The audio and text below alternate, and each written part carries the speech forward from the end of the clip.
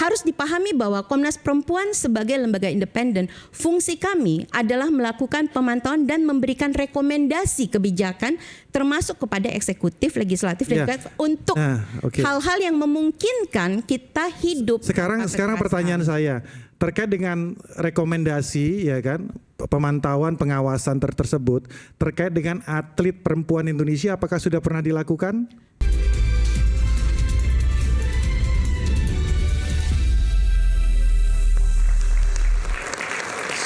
Sebelum ke narasumber kanan kiri saya ingin ngajak mahasiswa nih, sekali-sekali dong mahasiswa. Siapa? Dari mana?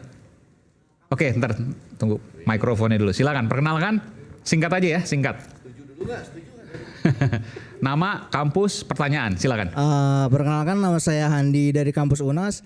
Saya ingin bertanya, ini kan untuk jangka pendek ya, melakukan naturalisasi. Oke. Sedangkan yang dilakukan oleh Pak Ahmad Dhani ini katanya dengan cara mempertemukan bule dengan warga Indonesia. Nah, bagaimana caranya itu supaya prosesnya nggak terlalu lama gitu Pak? Proses ke Piala Dunianya gitu. Kalau terlalu menunggu nungguin anaknya dulu. Ya, nungguin anak itu kan terlalu lama prosesnya. Sementara pihak dari Bapak Erick Thohir kan ini kan ingin prosesnya cepat kan supaya Indonesia dikenal di Piala Dunia juga. Terima kasih. Betul. Oke, baik. Singkat aja Bang. Ya, nggak bisa singkat nih. Saya harus ini dulu. Saya sepakat ya. Jadi yang harus kita lihat itu begini. Kalau kita pakai perbandingan di Jepang itu roadmap-nya itu 100 tahun loh. Jadi dari bola ini ya? Untuk bola. Mereka roadmap 100 tahun dimulai dari tahun 1992. Jadi mereka 2092 baru targetnya akan juara Piala Dunia. Sekarang baru berjalan 33 tahun. Anda bayangkan selama 33 tahun ini begitu banyak sepak bola dari Jepang sudah berkiprah di Eropa. Kita lihat Mitoma di Brighton itu sangat jago sekali. Ada Wataru Endo di Liverpool. Karena membangun budaya sepak bola. Membangun roadmap. Roadmap itu roadmap jangka panjangnya. Ya, bukan jadi, karena perkawinan ini ya. Bukan karena perkawinan. Ini beda lagi. Saya menyambung dikatakan. Jadi inilah yang ingin dipecahkan oleh ketua PSSI sekarang ya Pak Erick Thohir, karena kita ini negara kita ini over excited dengan sepak bola. Nah ini yang coba ditangkap. Kalau kita pakai roadmap 100 tahun, ya kan, kayak seperti adik tadi bilang, kapan selesainya masalah ini, ya kan? Kita udah jadi bangkai semua kita tidak akan bisa melihat. Maka oleh karena itu, ya kan, dengan segala kebijakan yang beliau ada target jangka pendek untuk supaya ekspektasi dan super excited daripada masyarakat bola Indonesia ini bisa dijawab dengan salah satu programnya adalah naturalisasi tadi, ya kan. Tapi ya kan, ini kan nggak akan mungkin, saya pribadi nggak ingin ini jalan terus, ya kan. Karena kita yang penting masuk dulu deh kalau bisa ke Piala Dunia, ya kan. Setelah itu nanti baru kemudian di program berikutnya saya berharap ya ini nggak berkelanjutan. Ya tentunya banyak faktor, banyak variabel, ya kan, dengan bagaimana standar pemain lokal kita dengan ketika bermain dengan pemain naturalisasi ini bisa kemudian naik. Jadi standarnya bisa naik karena mereka bisa bermain bersama-sama. Nah yang kedua saya melihat juga naturalisasi yang terjadi selama ini, kritik saya, masukan saya. Kalau naturalisasi sebenarnya harus disaring juga gitu loh. Harus disaring, jangan semua gara-gara dia berdarah Indonesia, gara-gara dia bermain di Eropa tapi nggak disaring juga. Ya kita harus saring juga, menyaringnya apa? Yang kualitas benar-benar berkualitas. Selain dia memang mempunyai kaitan darah dengan Indonesia, dia harus berkualitas. Emang sekarang nggak berkualitas? Sekarang saya lihat mulai berkualitas, karena banyak main di liga-liga top Eropa dan di liga. Yang dulu juga liga berkualitas nih, Bung. Oh iya ya Bung. Beliau Loko adalah salah satu eksepsionalnya. Beliau ada legend, saya ikuti beliau. Terima kasih Pak. Di Persik Kediri saya tonton terus. Saya nggak ngelihat Persik Kediri, saya lihat Loko. Saya cuman fans daripada Loko. Setelah itu kemudian 2010 ya saya Tapi berhenti. teman-temannya Bung Christian Gonzalez, Bung Loko ini ada yang tidak berkualitas gitu kan? Oh, Kan dulu. enggak. Saya enggak, nanti kita ngomongin gitu saya lagi di ini kan. Cuman kita kan melihat Balik laptop lah. ke pernyataan tadi, maksudnya apakah artinya pernyataan dari yang kita harapkan menjadi negarawan, Mas Ahmad Dhani. anggota dewan itu kan yang kita harapkan menjadi negarawan. Iya. Yang kalau dia bicara, dia thoughtful, dia bernas, dia membayangkan apa yang akan dia komunikasikan kepada masyarakatnya. Terkait dengan itu, karena tadi ngomongnya peta jalan 100 tahun, kalau hitungannya Mas Ege berarti butuh 23 sampai 25 tahun. Artinya ini RPJP tahap kedua ya. Kan pas nih 2025 2045 ya RPJP kita.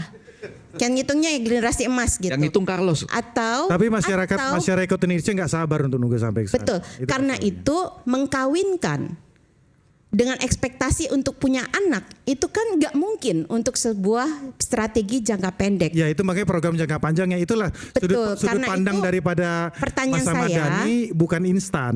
Betul. Pertanyaan saya adalah kemudian, jika ini bukan bercandaan, lebih bahaya daripada bercandaan. Tapi bercanda itu adalah juga sebuah letusan dari alam pikir yang ada. Ada kajian di situ. Bagaimana seseorang itu semakin dia jago bercanda. Gus Dur itu jago banget bercandanya. Tapi kita bisa lihat kualitas kenegarawanannya. Nah sekarang pertanyaan saya adalah, jika yang disampaikan sesuatu yang menempatkan perempuan ini seperti masuk ke dalam peternakan ayam potong, apakah bisa dibuat lebih cepat? Ya, disuntik hormonnya supaya bisa potong lebih cepat kan? Untuk menghasilkan itu. Ini kan pertanyaannya kayak pertanyaan breeding. Pertanyaan di dalam sebuah peternakan. Menempatkan perempuan Indonesia sekedar menjadi wadah untuk menghasilkan keturunan. Ini baru-baru ini juga ada keluar ya tentang trafficking manusia yang dijadikan tempat breeding saja gitu sebetulnya. Hanya modelnya lain. Atau kemudian mengatakan dengan lelucon, ya nggak apa-apa juga sih. Namanya juga laki-laki ini juga dibuat kayak pejantan sapi ya, sapi pejantan itu. 1 ekor sapi bisa untuk beberapa betina. Dengan embel-embel, oh ya kan bisa kan ya, bisa sampai 4 kan gitu. Tanpa menyimak bahwa di Indonesia peraturan untuk punya istri lebih dari 1 itu ada prasyarat yang harus dilakukan, diikuti supaya dia tidak merendahkan satu dengan yang lainnya atau menguntungkan satu pihak dengan yang lainnya. Ya saya Kalau itu yang disampaikan, saya pikir ada beberapa hal yang memang menjadi masalah yang mendasar. Negarawan, anggota dewan terikat dengan kode etik di mana diharapkan tidak akan menurunkan marwah, kehormatan, kewibawaan. Sehingga kita bisa membincang persoalan yang penting. Saya fans sepak bola pinggir-pinggir, nggak paham nama-nama, tapi saya menikmatinya. Dan saya berharap ada diskusi yang baik tentang bagaimana masa depan sepak bola Indonesia. Diskusi yang serius di tengah, tanpa harus bumbu-bumbu tepi-tepi. Mungkin bisa menghasilkan peta jalan yang panjang itu tadi. Daripada kita semua mengikuti gimana. Tapi yang paling berat sebetulnya adalah pernyataan-pernyataan yang menunjukkan alam pikir. Yang tadi itu pertama, membedakan ras seseorang. Seksis, kalau pakai bahasa tadi kan sanggupnya joknya cuma sampai segitu gitu ya. Atau juga merendahkan martabat perempuan dan tidak mengenali aturan-peraturan perundang-undangan yang ada di dalam negara ini.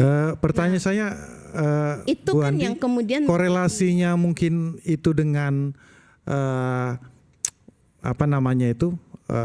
kontribusi terhadap Komnas Perempuan terhadap persepak bola Indonesia itu di mananya nih?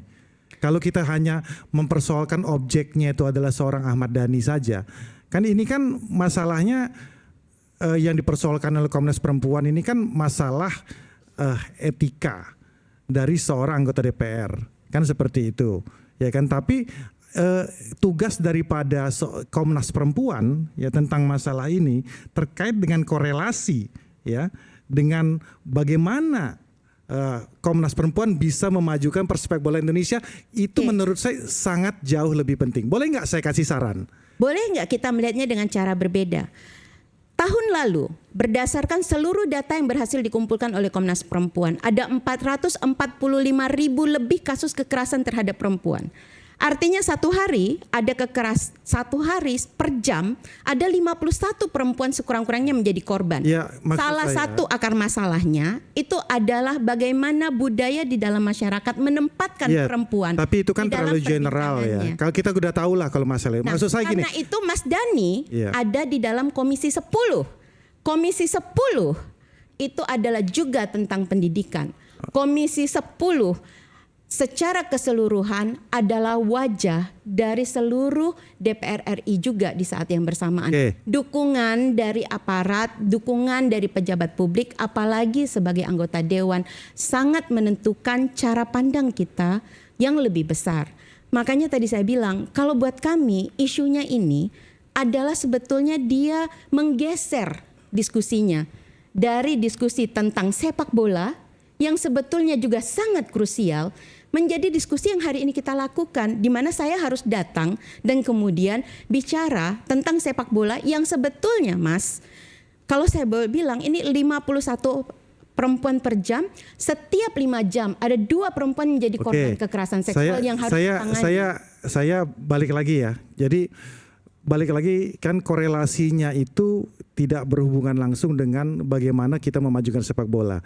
Boleh nggak saya kasih saran dan usul? Umpama gini, lebih konkretnya, itu kan luas banget kekerasan terhadap ini. Saya usulkan aja Komnas Perempuan mungkin kerjasama dengan Kementerian Pemuda dan Olahraga. Bagaimana supaya Komnas Perempuan bisa mengadvokasi dan bisa juga memberikan backup yang kuat terhadap atlet-atlet wanita Indonesia. Itu jauh lebih konkret menurut saya. Loh itu Mas, jadi gini, kalau tadi misalnya kita bicara Isunya persepakbolaan, jadi melebar lalu gitu. kemudian usulan ditempatkan adalah, oh mungkin kita harus menempatkan perempuan bukan sekedar orang yang bisa memberikan anak, tapi perempuan Indonesia tadi juga dibilang ada nih squad perempuannya. Tim sepak bola Indonesia yang perempuan, bagaimana cara kita menguatkannya? Kalau kasusnya adalah kasus enggak, kalau itu kan perdebatan yang ada di dalam komisinya. Komisinya harus maksud saya kan membayangkan daripada itu. kita bicara Dan masalah kalau dia Ahmad ada Dhani, kasus kekerasan terhadap atlet perempuan, itu juga dilaporkan kepada Komnas. Harus dipahami bahwa Komnas Perempuan sebagai lembaga independen, fungsi kami adalah melakukan pemantauan dan memberikan rekomendasi kebijakan termasuk kepada eksekutif, legislatif, dan juga untuk hal-hal yang memungkinkan kita hidup. Sekarang pertanyaan saya terkait dengan rekomendasi ya kan, pemantauan pengawasan tersebut terkait dengan atlet perempuan Indonesia, apakah sudah pernah dilakukan? Pernah ketika ada kasus yang dilaporkan, maaf itu tentunya ini ya. Ya enggak, makanya saya mau saya lebih konkret aja kan gitu kan. Loh betul, tapi ya kita kan? membahas bagaimana pernyataan seseorang anggota dewan yang harusnya sedang membincang kebijakan tentang sepak bola. Yang pada saat yang bersamaan Ini bukan cuma out of the box lagi, sudah out of the World Cup. Nah iya, kejauhan. Kita akan segera kembali nanti tapi ini menarik bahwa saya paham maksudnya. Bung Hendarsa mengatakan bahwa Komnas Perempuan jangan hanya mengkritik tapi juga mendorong atlet supaya lebih baik, khususnya atlet perempuan. wanita Itu dong. kan Anda mau katakan itu. Iya gitulah. Nanti Karena itu gimana lebih jawabannya konkret termasuk gitu Bung loh. Towel, kita akan kembali saat lagi, tetap bersama kami di Rakyat Bersuara.